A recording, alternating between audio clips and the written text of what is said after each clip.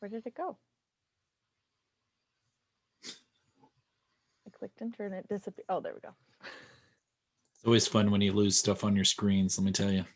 And I only have one screen, so where the heck did it go?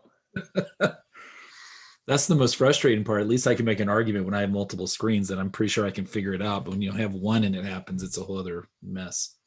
We had my husband used to have his computer set up to our TV so that we could stream before we had the Fire Stick. One time his computer crashed and he thought I broke it. And I was like, I didn't do nothing. I don't even know how to do cool things. Turned out that for whatever reason, when it crashed and rebooted, it made the TV our primary monitor. So the actual monitor was just blank. It was on, but there was just it wasn't saying no signal, no nothing. It took us like 2 hours to figure out that was the problem. Oh, that was hysterical.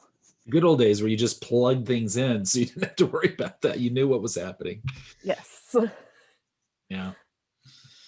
How's your week going so far? Good? Yeah. I mean, it's going. Yeah.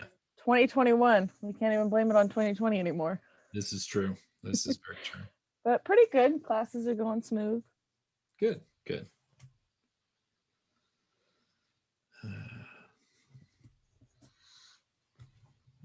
Okay, looks like we're missing 1, 2, 3, 4, 5, 6, 7, 8, 9, 10, 11, 12, 13 people. So it's about half the class we're missing. So hopefully they're all coming in. We'll start in a few minutes for everybody.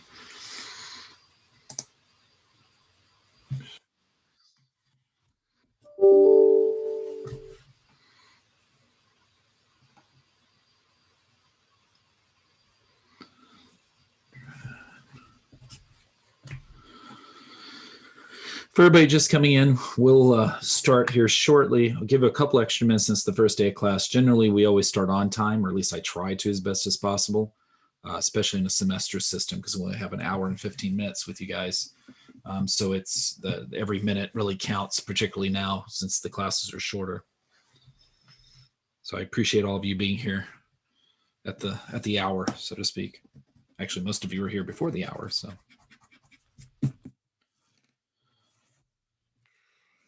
Missing something. Missing here.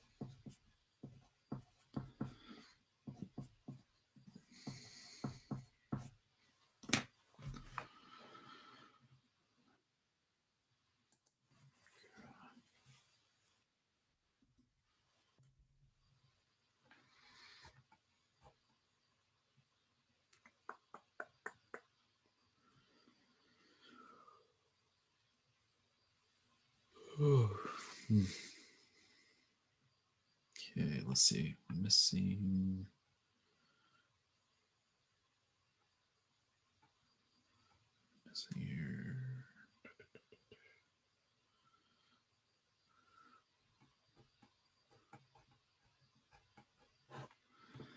Okay. We'll wait about 2 minutes and then we'll get started and people will just come in as they come in. I'm sure people, it's just the nature of this new environment for right now is trying to log in and get in on time. And then I know I've sent enough emails out in the last few days with the Zoom links. I don't think that'll be an issue unless people aren't just checking their emails. So.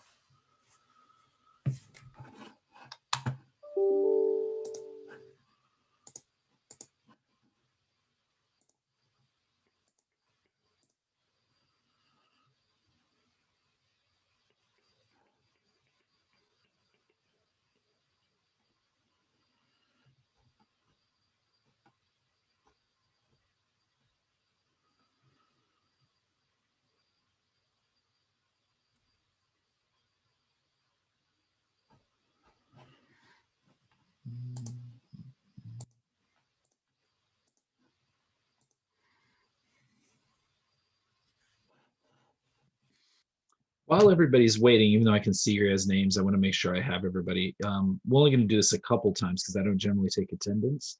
But if everybody could just type in their name into the chat box, and then that way I have kind of a record of who was here the first day.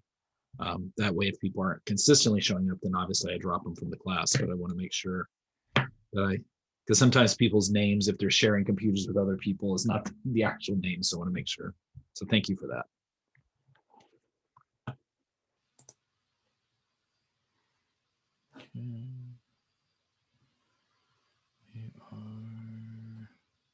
We'll wait about one more minute and then we'll get started.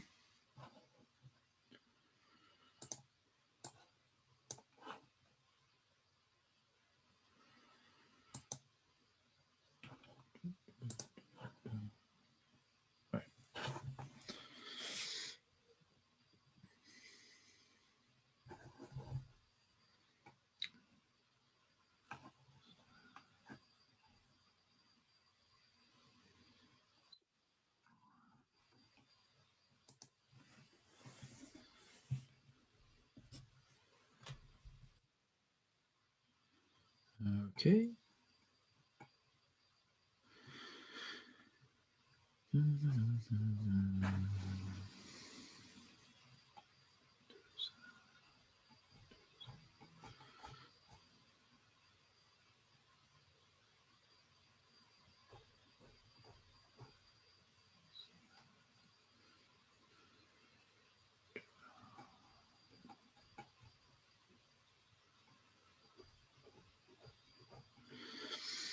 For those of you that are just coming in, if you guys could put your name in the chat box, just so that I make sure that I know who was here the first couple of weeks, we'll do that. And then after that, I won't ask you guys to do it anymore. So if you've already done it, then you're good. Okay, let's go and get started. I don't want to hold up everybody else. Looks like we're still missing 1, 2, 3, 4, 5, 6, 7, 8 people. So hopefully they'll join us. And if not, then we will go from there. And I'll contact them after class. So welcome to Geography 2201. I have to keep remembering the number because I was trying to type something else earlier today. My name is Dr. Kevin Grisham. I'm the person you'll be taking the class with. I'm also the Global Studies professor for the university. So this is obviously my wheelhouse. We'll talk more about it. I'll introduce myself more later. So basically what I'm going to do today is we're going to do two things as best as possible. I'm going to go over the syllabus. I do apologize. Normally, for those of you taking me for classes before, can testify this, I usually get the syllabus and Blackboard up a couple weeks ahead of time. But probably like the most of the rest of you, the shift into semesters threw me off.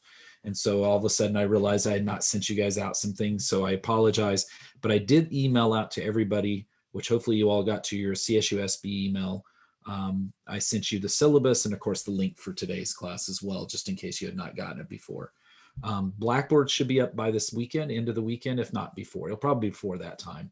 But I'm actually teaching 3 classes, which as a chair of a department is kind of unusual. Usually teach less than that. So I'm still trying to catch up with getting all the Blackboards, and we're actually using a Shelby Nose Canvas in my other class. So it's a little bit of more work this term. So I apologize. Usually things will be up, but by the time we move into next week, everything for Blackboard will be up and running and you'll be able to use anything there. So let me share my screen with you. Make sure, hold on. It should work. I tried it earlier. There we go. Before everybody showed up. Oh, no, that's not what I want to do. Go there. Okay. Okay, so like I said, welcome to Geography 2201. This is the class titled Issues in the Global System. We'll talk a little bit more about the class itself, of what contextually it means and where it sits within our department. As I said before, my name is Dr. Kevin Grisham, and I'm the department chair for the Department of Geography and Environmental Studies. And I'm also, I should say, the professor of global studies at the university. We only have one global studies professors currently, and it's just me. Even though my colleagues do teach classes that fulfill requirements within our global studies major at the campus. But I'm the only dedicated professor currently to global studies. And so basically, like I said today, what we're going to try to do is I'm going to try to give you sort of an understanding of what you're getting yourselves into. So what we will do today is we'll talk about what you have to look forward to in this class. We'll also jump right into content. I'm not one of those professors generally that we just sort of spend the first class going over the syllabus, that there are some rare occasions on that. But generally in a class like this, we do need to start. And because most of you, I'm going to assume, had never taken the Introduction to Global Studies class, which is the first sort of sequence of this class, then we're going to have to do a little bit of refresher in this first module. So we'll jump into a little bit this week and of course continue that into next week as well. We'll also talk about what global studies is. This course is a requirement for, as some of you know who are our majors, for the BA in global studies, which just started this year at our campus, or it fulfills the requirement if you were under the old quarter catalog where it was geography with the global studies option. But it may also fulfill other requirements. We'll have that conversation here in a little bit. But just, I do want to give you sort of heads up of sort of, this is a global studies class. We'll talk about what that is, what that means, so that you kind of understand what lens we're looking at when we explore the issues in the global system this term together. So let's start by talking about what do you have to look forward to. And if you have any questions anytime, feel free to, I can't always see the chat because of how I have my computer set up. Feel free to unmute yourself. You can just interrupt me, or if you want to wave your, your electronic hand or your physical hand, I'll see if I can see you. I know most of you have your cameras off. So if you just want to raise your electronic hand, I think most of you know how to do that by now. But if you don't, we can also go through that today. But if you do have a question, feel free to do it. It's always a little bit better to do that than in the chat, because I don't always see the chat when I have the slides projected. So basically, what we're going to be covering this term is sort of looking at globalization as it impacts various issues around the globe. And so we'll cover everything from food security to international aid, to cultural globalization and sort of things like gender equality and equity. You name it, we're going to cover it in this class. And so it's really, the point of this class is really to give you a better understanding of what's going on in the global system. And what we do is we kind of focus on a series of topics, and those topics slightly change from term to term, or that's the plan. You guys are going to be the first class in the history of the campus to take this class. We've never taught it before, because this is a brand new class that was created by me as a part of our semester conversion. So when we're done with this class, I'll obviously throughout the class get a lot of feedback from you as well, because as we continue to teach this class every year, it'll be nice to get feedback from you to sort of make the class better as we move forward. But the focus is really the globe, but we will also talk about both local issues, regional issues as they fit into that global system as well. So I know the most important thing, I was a student, I know it was a few decades ago now, but the first thing I always want to know is how do I get my grade in the class? So let's just talk about that very up front. You'll see in this, we'll come back to the book, I apologize. In this class, if you look over here, this is pretty much the grade breakdown. If you look at a pie chart of sort of what we're going to be doing in this class, I try to make everything relatively equal, but obviously we do give more weight to a couple of assignments just for the nature of that this is a 16-week semester, and also because it's online. So I did kind of readjust based on the fact that we're going to still be virtual of how I would have taught this class otherwise. So 15% of your final class grade is based on in-class engagement. What that basically means, we'll go into more detail on each of these here in a few minutes, but that is that you show up to class regularly. And when I say to class, to this virtual meeting, please do note, and I said this in emails if you were in the class prior to, I know a bunch of you had in the last few days, because I think I had like 12 students or 13 students, and all of a sudden we have 20 now. So that's good. The more the merrier.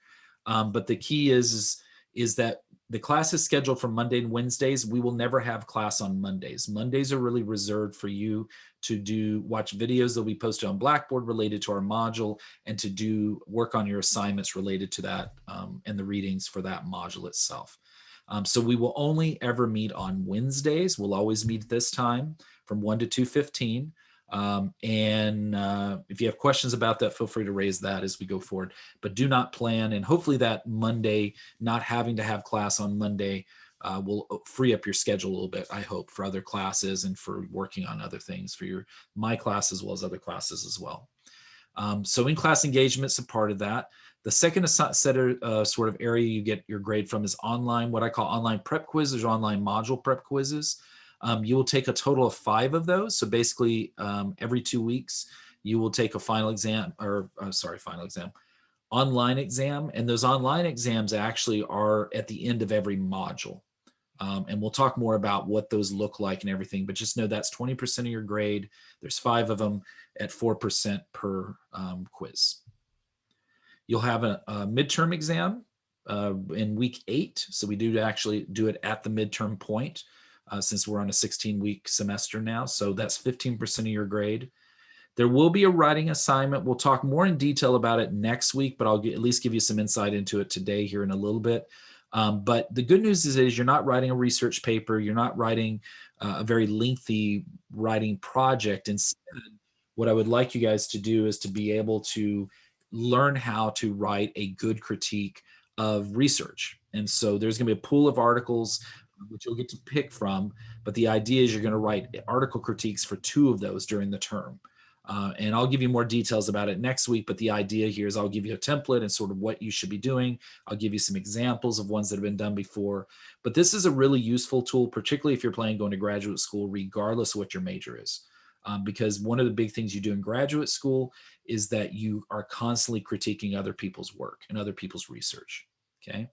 So that's 25% of your final grade. And of course, the final exam, which is 25%. And before you ask, I will just tell you the midterm covers from basically today to week 7. And then the module, we actually have a module built in for 2 weeks of review, as well as whatever we haven't covered, as well as a week just to take the exam.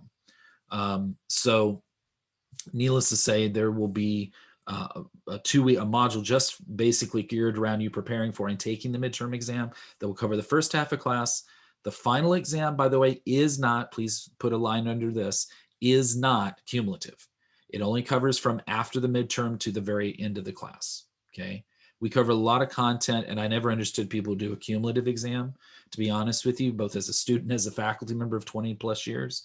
I find it works better if you break it up in most classes. So that's sort of the way I do it, okay? Any questions so far?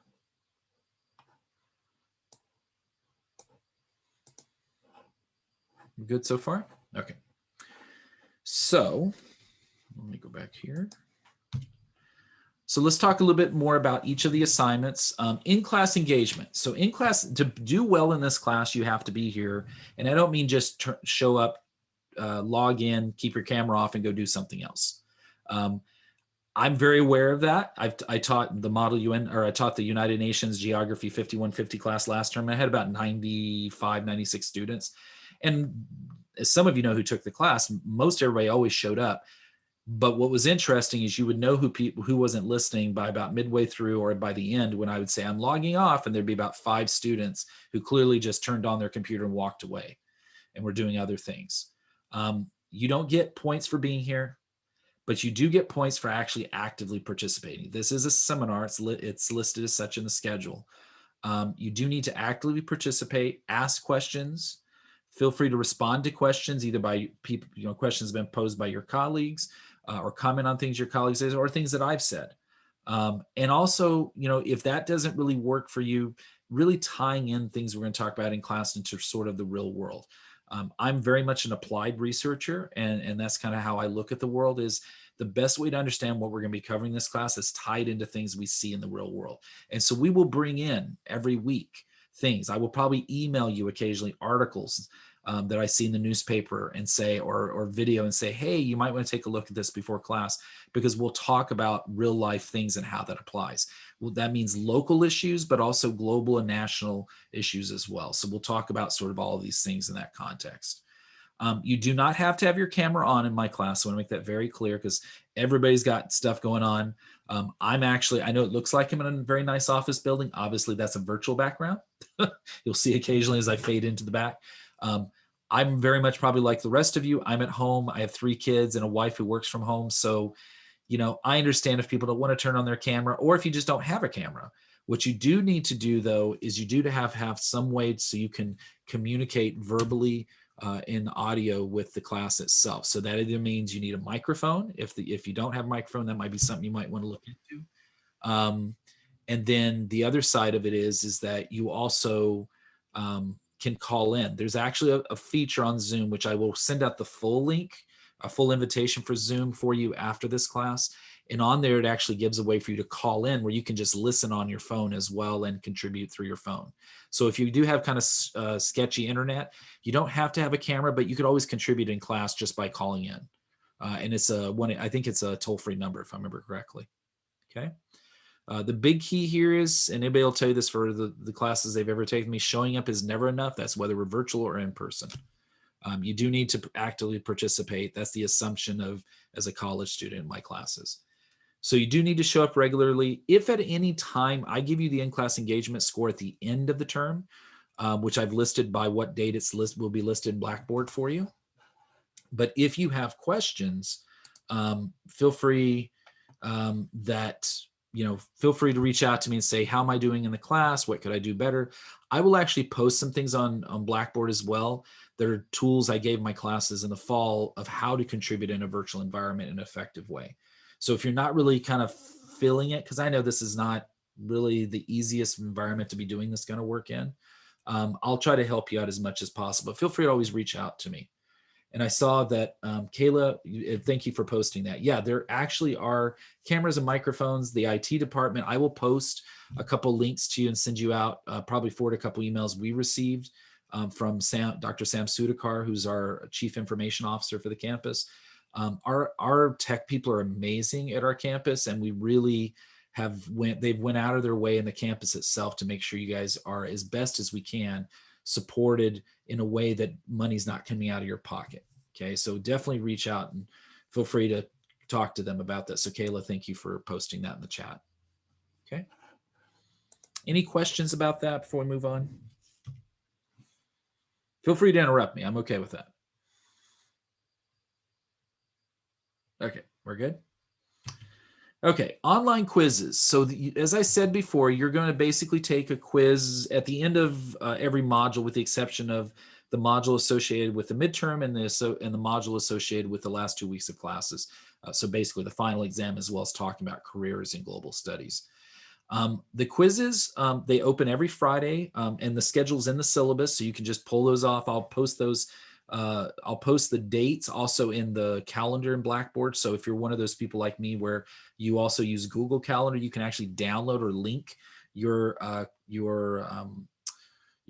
Google Calendar to what you see in Blackboard. And then that way you just have the deadline dates for everything in the class as well. So that'll be a part of when I pull up Blackboard for you by the end of this weekend. Or put up, I'm sorry, not pull up. So there are going to be quizzes. They'll open on Friday at 6 p.m. You have till Monday at 11:59 to take them. They are not timed, and they are not what we call forced completion. What that means is that you can go in anytime from Friday at 6 p.m. on the dates they're scheduled to Monday at 11:59 and work on the exam. If you have a busy life, which I know most of our students do, I don't think almost any CSUSB student I've ever met is just somebody who's sitting around just going to school and doing nothing else. You guys have very, very busy lives, and especially even more so, I've learned in the new economy where a lot of our students are working, graveyard shifts at work and doing other things because they're just trying to make sure they make ends meet. This is why I do this, is so that you have that flexibility from Friday, Saturday, and Sunday to make sure that you can work on those quizzes. Okay, so there's never an excuse where you shouldn't be able to take the quiz because it's open. So you can log in, answer a few questions, log out, go do whatever you need to, log back in. The only requirement is basically at 12 o'clock at midnight on Tuesday. So basically right after 11:59 on Monday night, when it turns to Tuesday at midnight, the quiz is considered late after that. Now, if there's extenuating circumstances, always reach out to me. I did this last term in a couple of classes. It works great. In fact, I use online quizzes even before COVID for most of my classes because I think it's a very useful tool. Okay. Be sure to follow the dates in the syllabus. That's really, really important. So make sure you just make note of those. Makeups are generally not allowed unless you have extenuating circumstances. Feel free to email me about those issues. Obviously, in most cases, I will ask for some sort of documentation because you are given some lengthy period of time to work on it. We already talked about you can log in, log out, and then just make sure you've clicked submit. I think it's now save and submit, but basically button that says submit on there by 11:59 on that Monday of that scheduled date. If it doesn't, you could result in a 0 for that quiz. Okay. Questions about the quiz? Any about the quizzes themselves? So they are open book, open note. The reason I do this, by the way, and I've done this for the 12 years I've taught at the campus and also the 20 plus years I've taught in education, I've used this format for most of my classes that are undergraduate, is it's a way for you to sort of stay on track with your readings, know what's most important. And here's the really good news is that, technical problems, let me know. And of course, we can also talk to ATI about it as well. But when you go to take the midterm and the final, you're going to see almost the exact same questions with some variation of the wording on the midterm, on the final. So basically what you're doing by taking these quizzes is you're keeping up on your material, you're kind of knowing what you're going to be responsible for. And then when you go to take your midterm and final, you'll have before that the quizzes to use as a study guide. Plus I also do provide a study guide as well. Okay, so what does that mean? There's absolutely no reason why you shouldn't be able to do well in the class. I'm a very big believer of setting you up for success, not for failure. Questions? I'll be quiet for a minute here.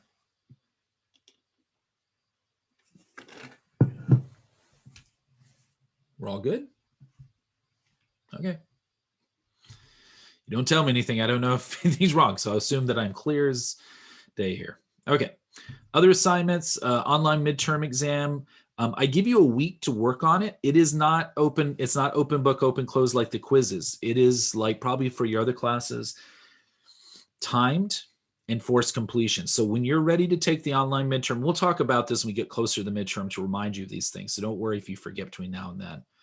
That's 8 weeks away. So I'll open it on March 15th, and then you have to have it submitted by 11:59 on March 21st. That means that what you can do is you can pick whatever date and time during that week to work on it.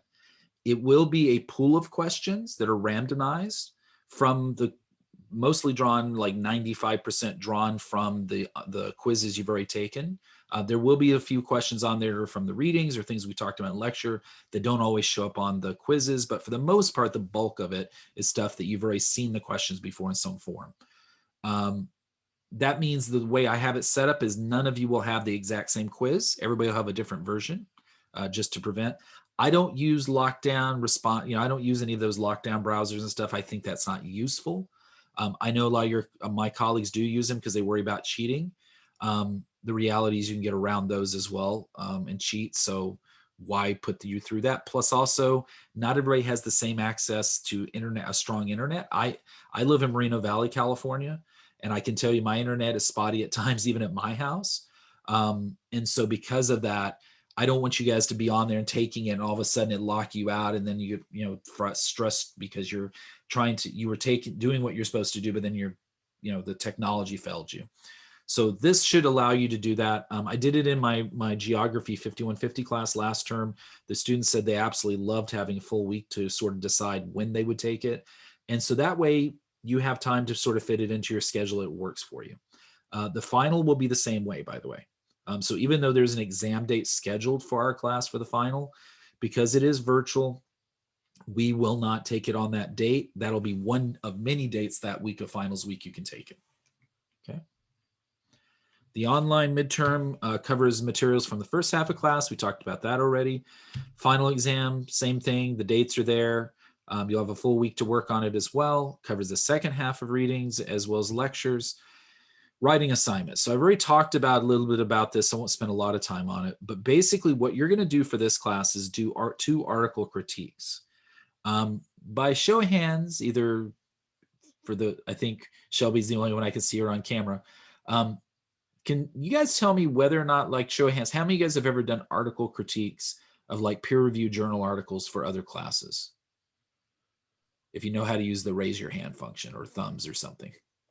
Was that kind of like what I did for my independent study, like along that same lines? Yeah, it would be almost exactly the same way. Yeah. Okay.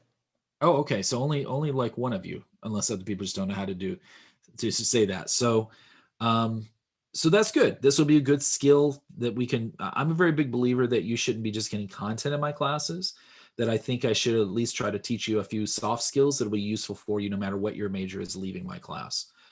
So we'll talk more about the writing assignment next week. I'll actually send to you or post on Blackboard by the time I meet you next Wednesday a list of the articles. I will provide the articles to you through Blackboard. You don't have to look them up. They will be a cross section of stuff on globalization, but it'll be some of the most cutting edge research that's being done in our field in global studies as it relates to issues in the system that we're going to cover. Okay, so if you have questions about that, let me know, and I'll provide, of course, the more detailed stuff on Blackboard, and we'll talk about it more in depth next week. But that will be your writing assignment. And that one is due, I think it's like 2 weeks. It's in the syllabus, but I believe it's like due 2 weeks right before the week before finals week. So you have some time to really work on it once you get the articles. Okay.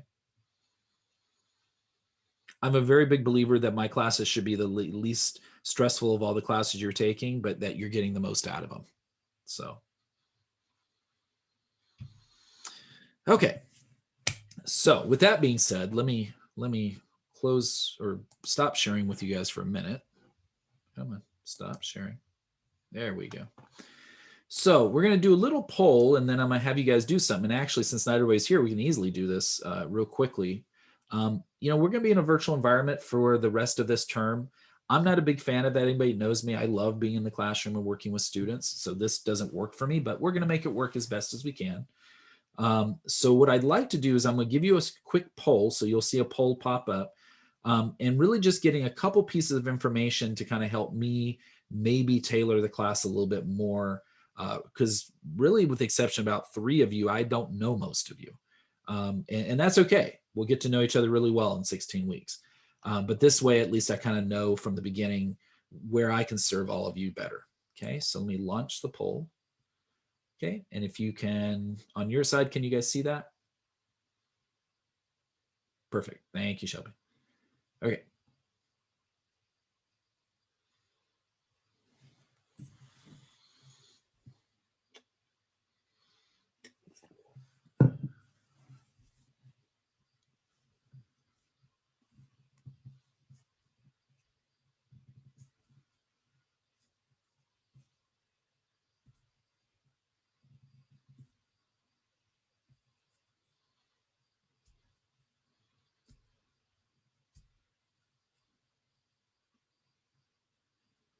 Just waiting for those last 3 people.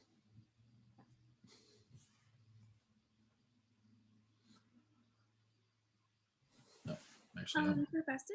Yeah. On the poll, it's not letting me scroll down to the last option for the first question. Do you Oh, mind reading what it says? yeah, it says, so have you ever talked about globalization in another class prior to this? You have yes, no, and then of course you have can't remember if I have. Because I know you guys cover a lot of stuff in your class. The first question, there's one more option at the bottom that I can't read. It says under to fulfill a GE requirement. There's one more, but just that you're just taking it because you're interested in the class. Basically, you just saw and it looked like an interesting class to take. okay, thank you.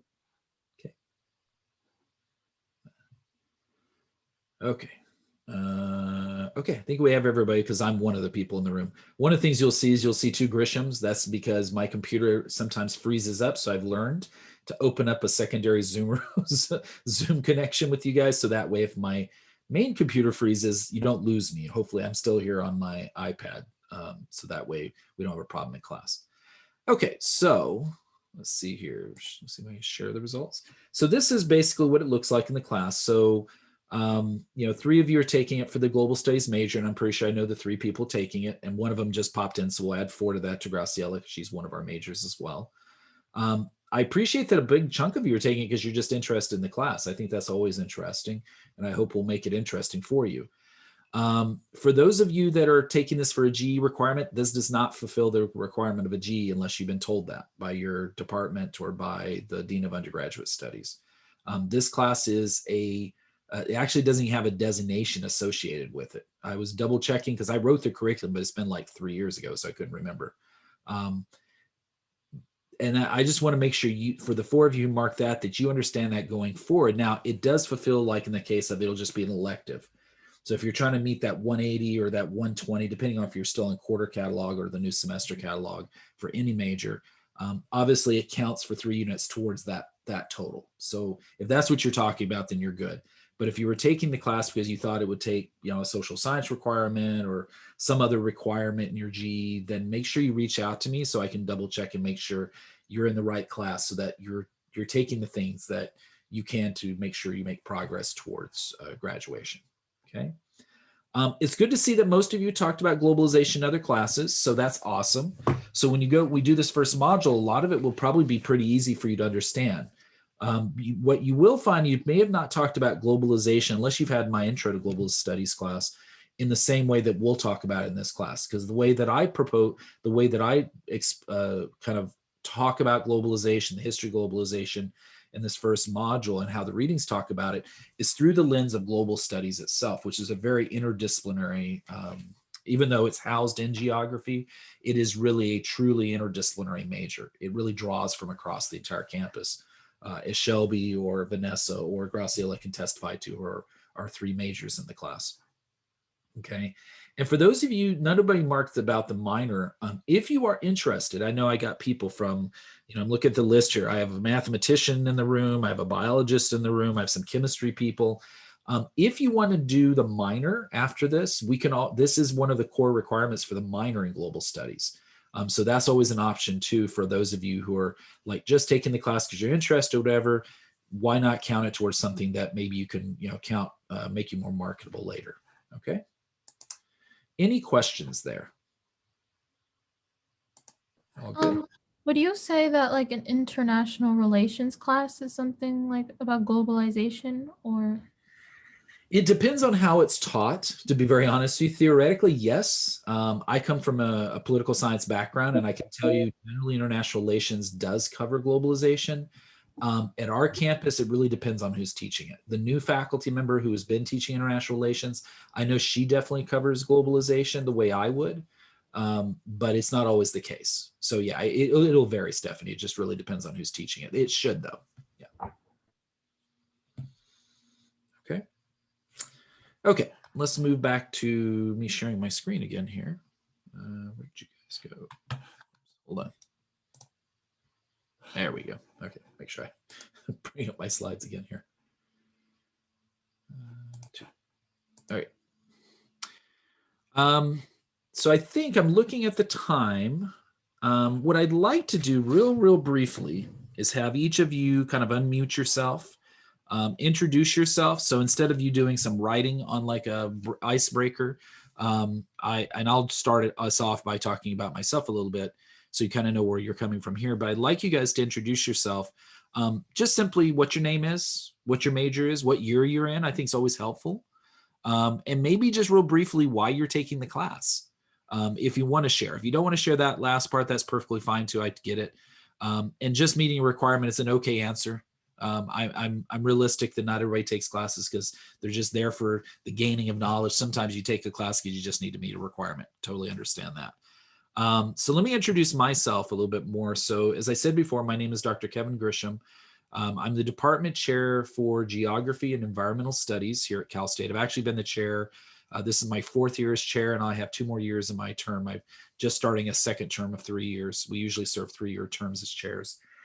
And I've been with the university as a faculty member since 2008. So I've been teaching at the campus for 12 years. I started as a part-time lecturer and then became a full-time part-time lecturer, then became a full-time lecturer, and then became an assistant professor, associate, and I was just promoted to full professor this past year. And so I am a professor. In fact, I'm the only professor of global studies at our campus, both at our San Bernardino campus and Palm Desert. And I was hired actually 12 years ago when we developed and started putting in place 2 years after that, the global studies concentration in geography. And now the new BA in geography, or global studies, sorry, the BA in global studies and minor in global studies is actually my creation. And so it was really the development of that long-term process of really, I was hired to develop what will be hopefully one of the more important and very popular programs as we move forward, given the nature of what global studies people do. In addition to that, I serve as the faculty advisor for the Model United Nations program. We'll talk about that in a few minutes. And I also serve as the coordinator for the master's in social science and globalization. So basically, it's kind of like a global studies graduate program. And so I have students from all walks of life that are in that program. I actually just saw them last night because I teach them a class on teaching social science right now. So, and as I said before, even though I'm the chair of geography, I'm not a geographer by training, at least, even though I do geography related work. My PhD, my master's is actually in political science from right down the road here in Riverside, from UC Riverside, where I study comparative politics in the Middle East and North Africa and terrorism. And so, as I'll talk about in a few minutes, that's actually my wheelhouse, is international radicalization and terrorism, political violence. But I'm like all of you. I'm actually a product of our campus. I got my BA in criminal justice in 1997. So it's probably before some of you were even born, which makes me always feel older and older the longer I teach at our campus. But I'm a Coyote through and through. I actually purposely wanted to come back to our campus because the things I've gotten to do in my life, which has been pretty awesome about stuff I've been able to do since leaving CSUSB, is because of our campus and the education I got there. And you'll hear me talk a little bit about that throughout the term, because I think it's important to understand that just because you go to Cal State San Bernardino doesn't mean you can't go do amazing things. We have alumni that are doing amazing things around the world in every sort of discipline. So it's very important, I think, to really resonate that point. As I said, I'm the global studies scholar. I do global security is kind of the way to think about it within global studies. My major focus has been for about 20 years, the Middle East and North Africa and the Islamic world. I actually do occasionally teach the World of Islam class, or what used to be called the World of Islam, and some other Middle East classes. But mostly what I've done for over almost 25 years now is really studying political violence in different forms. So I study everything from rebellions to terrorism to insurgencies. In that capacity, I actually serve currently and have since 2015 as the associate director for the Center of the Study of Hate and Extremism. So if you guys have turned on the news recently with everything going on with protests and the siege on the US Capitol and all these kind of things, you'll see my colleague, Professor Brian Levin, who you may have heard of or maybe even had classes with. And so he's the director of the center. I'm his number 2 person. And I'm also the one that leads our researchers. And so I do that. And as it relates to this class, I've also worked for an NGO at the United Nations. So I served for multiple years, for 7 years actually, as a board member for an NGO that's at the United Nations. So I have both the academic sort of expertise, but also the practical stuff of having worked in the global systems on global issues with the United Nations. And so hopefully some of that will help you better understand that, help you better understand what we're going to cover in class. And that's kind of where my viewpoint comes from because of that. And of course, I do a lot of traveling. This picture you'll see here is actually from the Czech Republic when I took a group of students there a few years ago. And so that's part of the Model UN program we'll talk about towards the end of class today. In addition to that, I'm always in the media. This is a picture of me doing BBC World News back when I had hair a few years ago, before I started shaving my head. But needless to say, if you Google me right now, I'm in Rolling Stones magazine. Literally the last 3 or 4 weeks, there's multiple articles where they've quoted me. I do a wide range of media stuff. I just happen to study the far right, things like neo-Nazis. I'm probably one of the 7, 8 QAnon movement researchers in the United States. And so you can imagine with everything going on in our country, what I do is very, very popular. So with that being said, that's a little bit about me. Let me find out about you guys. I'm going to pick on, at least I will start with my three global studies scholars, Shelby, Vanessa, and Graciela, because I know they have to be here. This is a class I told them they had to take. So Shelby, I'll pick on you since you have your camera on. Would you like to introduce yourself very briefly? Sure. Just a heads up, I'm sorry if one of my children walks in or my dog starts freaking out. That's just kind of the nature of the beast right now. I am a senior. This is my final semester here at Cal State San Bernardino. I'm hoping to leave California, so this is going to be interesting for me this semester, balancing all that. But my intro to geography and global studies actually started with GIS and taking my general ed geography class back at Valley. I was very lucky. I had an amazing professor that really enjoyed what she did. So she was more than willing to answer any and all questions I had. And luckily that's been the same case here at Cal State San Bernardino. My first at Cal State San Bernardino was actually an anthropology class. And it was, your eyes are just opened. It's just a whole different ballgame when you study something through the lens of an anthropologist, and it really shapes how you view things as you're learning about it, because then you start to realize that everybody who teaches things like this has a different lens. So it's been really great. As I said, I'm a mom. I have 2 little ones, and given the situation happening right now, they will always be in the background for this class. Luckily, they've been really well behaved today, but on Monday, that class, they did not want to cooperate with me. So I just listened to that class. I had to tap out and couldn't actually participate, but hopefully for this class, since it's nap time or rest time, they'll be a little more cooperative. So just apologies ahead of time if you hear a random scream or laugh or something. Thank you, Shelby. Graciela. Well, I had the pleasure of meeting Shelby when we were still in person, so it's nice to see, to know, you know. So for y'all that don't know me, my name is Graciela. I am a 5th year, same thing as senior, but I actually started off in everywhere. I was a biopsych major, then I transitioned for like a couple days to accounting, and then that was a sad life. I'm sorry to anyone who is there. I can say that because my brother's a CPA and he works from home. And then I wandered into the social work program. I applied there, and then I did Model UN, and then I met Dr. Grisham, and then I figured out that global studies was sociology, anthropology, psychology, you know, international relations, political science, economy, like everything into like one array. And I was like, wait a minute, why am I just going to study one thing when I can study everything in one?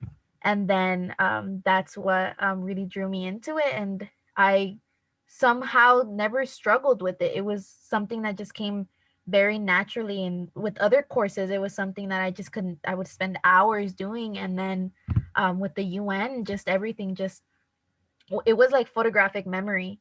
And for a second I was like, wait, do I have photographic memory? And then I was like, no, I just understand the material. That's when you'll know that you like the course and like the stuff you learn. But I also too, because of global studies and because of the Model UN, I serve now as ASI president. So it's very exciting too. And same thing as Shelby, if you see me with my microphone off or like camera off, it's because people are calling me consistently or wanting me to go into somewhere really quick. But yeah, I'm very excited to learn more. Yeah. Vanessa. Hi, I'm Vanessa. My major is global studies. My interest is human rights, particularly working with refugees. I started off as an international relations major, but I mean, that kind of changed into global studies. I transferred from Riverside Community College, but before that I went to Fullerton College.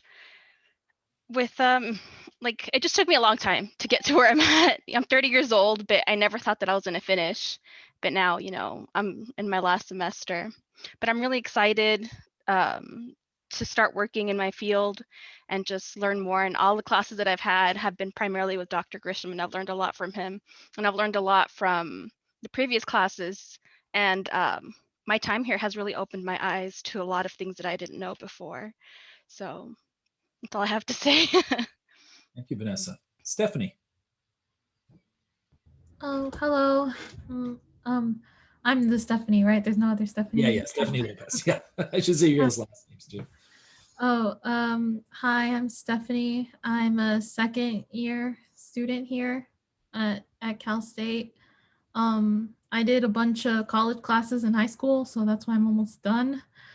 Because I'm like seeing a lot of people that are way older than me. Almost finished with college. I'm hoping to get into medical school. And I'm a biochemistry major. and I really like science, I guess. But I also was like for the longest time in high school, I was going to be a political scientist, like something in politics. I really like people. I like interacting with people. So I guess, but I really don't like writing, and I don't think of a degree in poli sci would have been a good job for me. I prefer sciences. So doctor, people, science. It seemed like the good middle ground. Yeah. I will tell you, Stephanie, by the way, and for all those rest of you who are, and I noticed that some of you are also like pre-med students.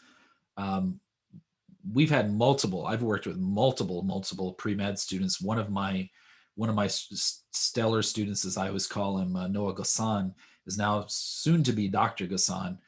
He left our campus after doing a degree in biochemistry, and he happened to do Model UN and a few global studies classes with me.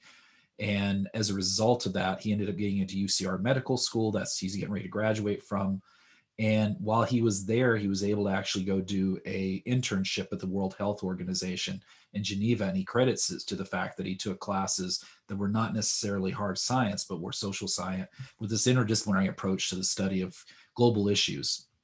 So for those of you that are in that same field, like Stephanie, I hope this will, maybe you can think about different ways of, really approaching your careers after you leave. Nothing's ever set in stone. Remember, by the way, this is always the dirty secret that some of you know, because you've been in my classes before.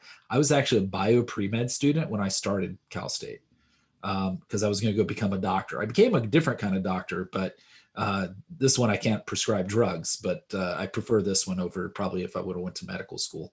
But there's definitely things we'll talk about that will overlap in your field. So very nice to meet you, Stephanie. Kayla. Hi, everybody. My name's Kayla Thompson. I'm a fourth year environmental studies major right off the bat. I have always been interested in it. My ultimate goal is to end up in habitat restoration. I don't know where I'll end up. I'll probably say California. Sorry, Shelby. We'll miss you. I've always wanted to take a class with Dr. Grisham. I've heard really great things from people that are in his Model UN, and I've always wanted to take a class with you. So I'm super excited for that. And yeah, that's pretty much it. Thanks. Awesome. Good to have you. Natalie Harden. Hi, I hope you can hear me. My name's Natalie. I'm a senior and I'm getting my BA in anthropology. Eventually, I'd like to work for the coroner's office. I want it because it's kind of job security. I can pretty much go anywhere with that, and I don't want to stay in California. And I'm taking this course because it fulfills my unit requirement to graduate, but I've also taken a couple of your classes, Dr. Grisham. I took your intro to geography and I took your race and racism class. Okay. And I really like how you run your classes. I like the quiz style and the exam style. And I just enjoy your lectures. So appreciate that. Yeah. Well, the good news is, Natalie, you got to see how we run quizzes at the end, because you were in my race and racism class when this all started almost a year ago. So yeah. Yeah. You got to see me in person as well as virtual because of the nature of what happens. So it's nice to see you again. Yeah, thank you. Lauren. Hi, my name is Lauren. I'm a fourth year. This is my last semester here at Cal State. I am a psychology major, and I'm taking this class because I only needed one more class in order to graduate this semester. And I remember taking an intro class with you, and I really enjoyed it and all the concepts being taught. So I decided to give it a shot. Awesome. Well, it's nice to see you again. Ashley. Hi, I'm Ashley. I'm a fifth year and I'm a bio major. I took this class just because it seemed very interesting, since the kind of job field I want to do is an epidemiologist, so it's the study of diseases and patterns. So I thought this would be, a pretty good course to take. Well, we will definitely be talking about stuff that you're interested in. You'll see us there's some discussions about health for those who are going into health, but particularly epidemiology. One of the things that some of you know is when I was a pre-med student, the main reason I wanted to be a microbiologist that worked on viruses and bioweapons. I still was interested in terrorism then as well. So so I have this very weird amount of knowledge about sort of viruses and stuff, which, by the way, I've apparently passed on to my children because I have 5-year-olds that understand how COVID works. So they're my daughter Emily, who I think is going to be the hard science of my children, she wanted a microscope for Christmas, and so she's will probably not be a social scientist like Daddy, but will make way more money as somebody in the hard sciences and probably as an epidemiologist. So it's nice to meet you, Ashley. Liz. Hi, my name is Liz. I'm in my 3rd year and I'm a sociology major. I took this class because I needed free electives for my major, like for units wise. But I also chose this class because I found it like really interesting. Like I like to learn about global issues, and plus, this class is very related to sociology, and I wanted just to learn more about it. So, yeah, and after graduation, I'm not exactly sure what field I want to go into. I don't know if I'm probably going to like social work or also kind of leaning more to political science as well. I'm just like not sure yet. But yeah. Okay. Well, there's definitely, the good news is there's a lot of crossover in sociology. Even my own research, I have training in political sociology because of what I study. So yeah, so it's very nice to meet you, Liz. Damien.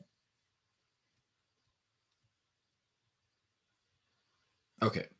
So Damien says, if you see in the chat, 2nd year CSUSB, math major, and he's especially in cross country and track. Well, it's nice to meet you. Daniel. Hello, my name is Daniel. I'm a 3rd year here at Cal State San Bernardino. I'm a poli-sci major, and I saw this class and I was like, I have to take it. I was like, global issues, I'm all for it. Let's get it. Actually, after I graduate, I want to become a high school teacher, and I want to teach government, because a lot of students that graduate from high school, they don't really go to college, and they don't really have a proper understanding of how our government works. And I kind of want to curve that. I it just gets me angry and sad at the same time. Well, it's nice to meet you, Daniel. Alondra. Alondra, I think I'm saying your name correctly. Yes, it's Alondra. Okay. If I ever butcher anybody's names, please correct me. Please go ahead. Okay. Hi, I'm Alondra Olagus. I am currently a public health major, but it's not really the best fit for me. So I'm going to be changing it to environmental studies. And as for this class, I chose it because I've always taken an anthropology course since I started college, and I've always just really liked it. And then I saw that this class talks about the environmental globalization. So it's more of like an interest. So I'm looking forward to learning more. Awesome. Well, it's very nice to meet you. And it'll be nice to see you moving into our department. So I'm sure we'll get a chance to talk more. Yes. So give me 1 second. I plug in my iPad so that doesn't go dead. All of a sudden warnings start popping up. I was making sure things are plugged in. Well, as you can see, I think I got everybody. Is there anybody I missed? I think that was everybody. Okay. Well, it's nice to meet all of you. I mean, we have a really good eclectic group, which I really enjoy. As Graciela can tell you, because she's been in more of you, and some of you have been in my classes, I love when there's a much bigger cross section. I've always hated teaching classes specific to the things that I study, to be honest with you, because I don't find those as interesting as a faculty member. As I said, I mean, I'm a trained political scientist, and I taught Daniel American government for many years at the community college. Actually, for the first 7 years of my teaching, I taught community college in our area. So I've actually taught I've taught in the UC system, the CSU system, and the community college system in California. And by the way, I'm a product of all three of those as well. In fact, it was community college taking organic chemistry that probably is why I did not become a doctor, which was probably a good thing, because I couldn't pass the organic chemistry. So, which I'm okay with that. I prefer what I do now. So as you see, we're going to try, when you start to look at the syllabus, you look at the book. If any of you guys have looked at the major book we're going to be using in this class, you probably get a sense that we're going to cover the topics that all of you are interested in, why probably you came to college. If there's at any time a topic that we haven't covered and you would really like us to talk more about it, send me a quick email. I don't mind adjusting the syllabus a little bit or including it in a conversation. As I said, I have a hard science training background because that's where I started, in sort of epidemiology, viruses, bacteria, those kind of things, and then transitioned through psychology, sociology. I actually was a geology major for a very short period of time. So I actually know a lot about physical geography and stuff, which always freaks out Dr. Meek and my colleagues in the department, because I thought I wanted to be a volcanologist at one point. I'm not sure why. Probably because I grew up in Northeast Louisiana, and it's flat as anything, and there's no mountains. And I moved to California. I was like fascinated, still am to this day, with mountains. So so it's great. I'm glad to see everybody. So I'm gonna give you a little bit of insight into sort of who I am as an instructor, because I always thought that it was really important to make sure, whoops, hold on, what's happening there? That we make sure that kind of where I'm coming from the very beginning. So let me make sure this is shared. Oh, that's not what I wanted to do. What happened there? Nope, don't need to share all of you guys. Hold on. Computer is not wanting to cooperate. Okay. Oh, here we go. I think that'll work. Let me see. There we go. Okay. Well, it's not the way I had it, but it's working. So, a couple of things I should tell you for those of you who not had classes with me before, and some of you heard me pitch this, so I apologize for being repetitious if you had me for classes, but the bulk of you haven't. And that is, I'm a very big believer that, hard work is important. I'm going to take a guess that if I took a poll, most of you are first generation college students. I was the first in my family to have a college degree. I'm definitely the first, as also a first person to have an advanced degree in my family. And that's going back generations, like, even where we've been able to trace back. My family are mostly from, farming background. My grandfather actually only had a third grade education. So in 2 generations, we went from my grandfather, who only had a third grade education and was a sharecropper, to his grandson being the chair of a department at a major public university. And I don't say that to toot my own horn, because yes, I am awesome.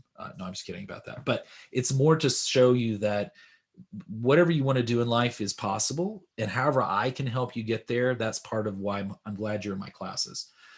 Is that if you ever have questions about the class, or even stuff not related to the class, about like just career advice, feel free to reach out to me and talk to me about it. I love talking to students, sometimes a little too much at times. As poor Shelby, I've probably kept her on for longer than she expected sometimes.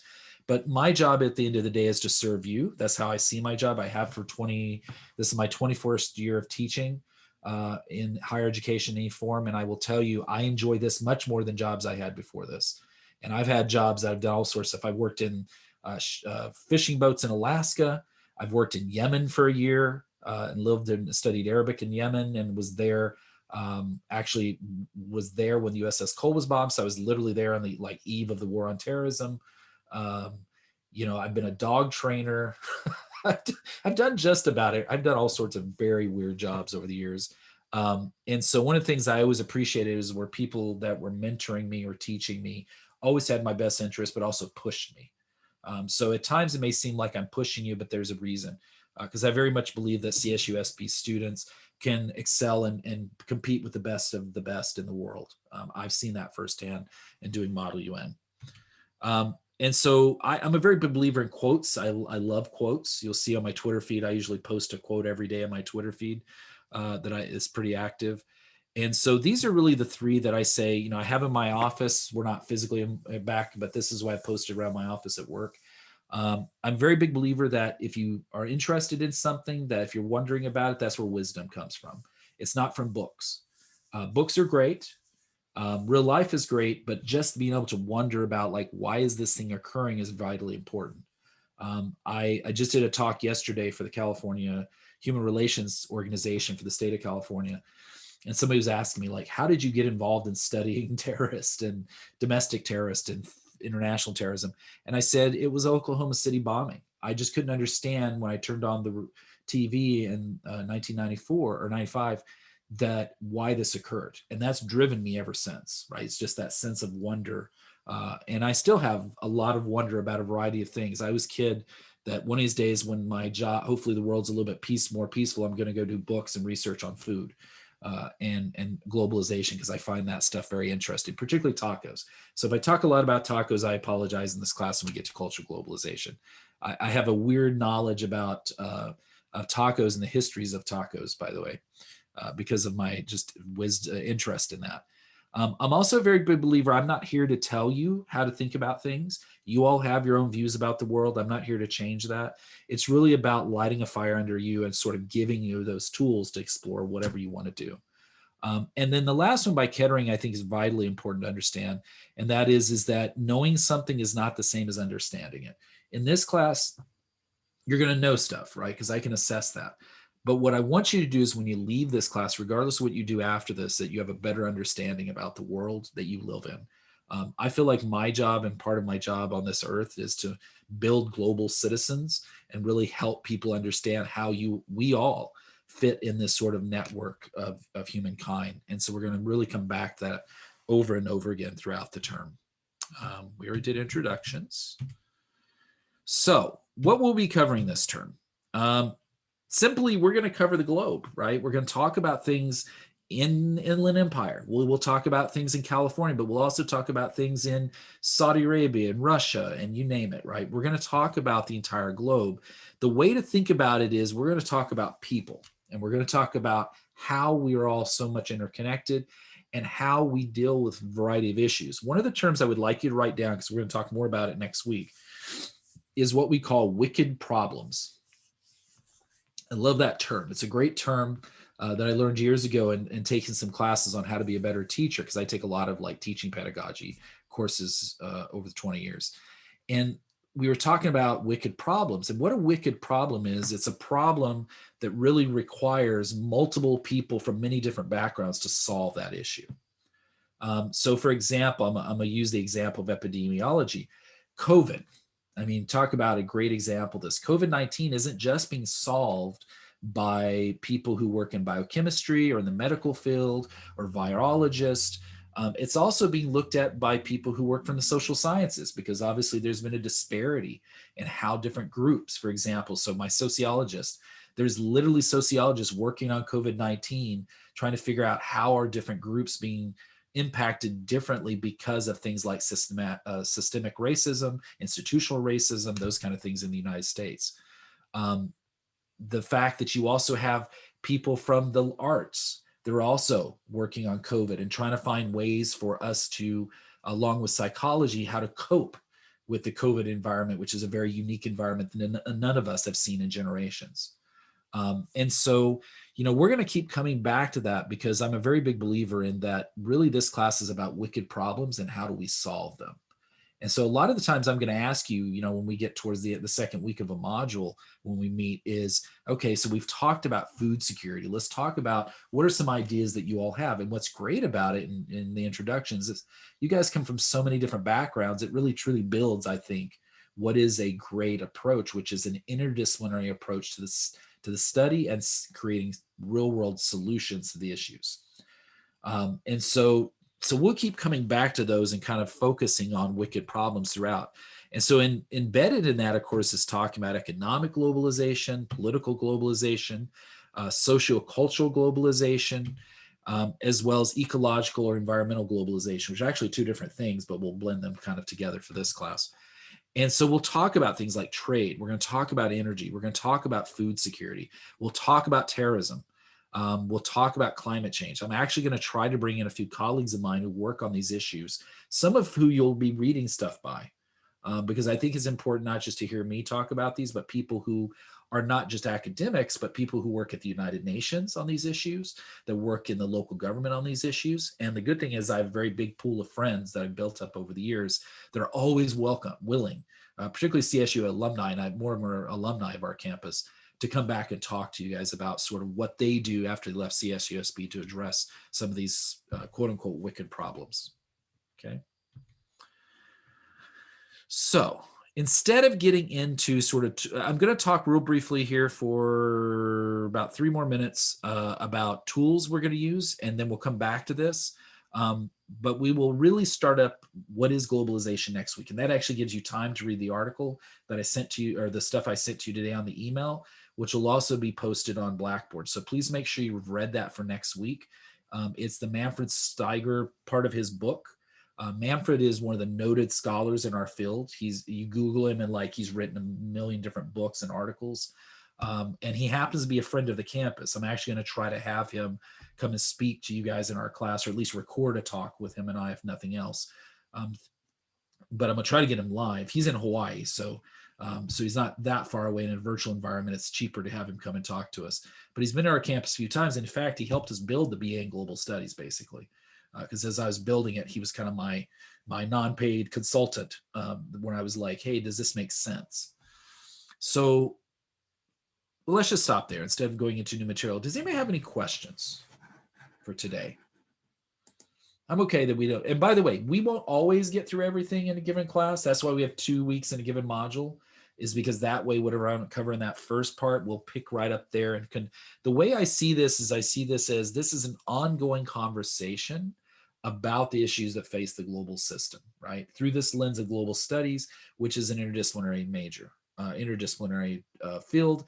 And at our campus, it's an interdisciplinary major. It's housed in geography, as I said, but you know, Vanessa, Shelby, and Graciela are taking classes in anthro. They're taking classes in environmental studies and geography, literature. They can, I mean, you name it, language. It depends on what your focus is. And so we'll talk more about the major also a little bit next week. And of course, at the very end as well. Because what I'm hoping is I'll convince some of you to think about doing the minor, if nothing else, because you've already gotten at least one class down by taking this class that you would need for the minor. Okay. Any questions? Anything I can answer for you? I had a question. Yeah, Natalie. I noticed that you're recording the lecture. Are you going to post these on Blackboard? Yes, I will.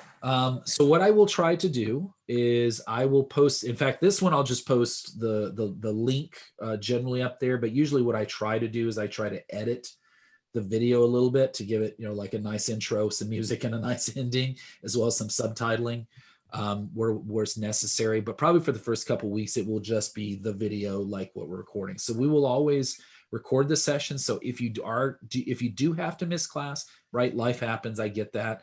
Then just don't, you know, follow up with your colleagues, follow up with me, but also watch the video as well. But yeah, we will always record every session. Okay, perfect. Thank you. You're welcome. Any other questions? Since we have a couple more minutes, we will always go the full time, by the way. I'm not stalling to do that today, but I do want to put a plug out there for you. And if you're interested in anything I'm getting ready to say in the next couple minutes, feel free to reach out to myself or email Graciela.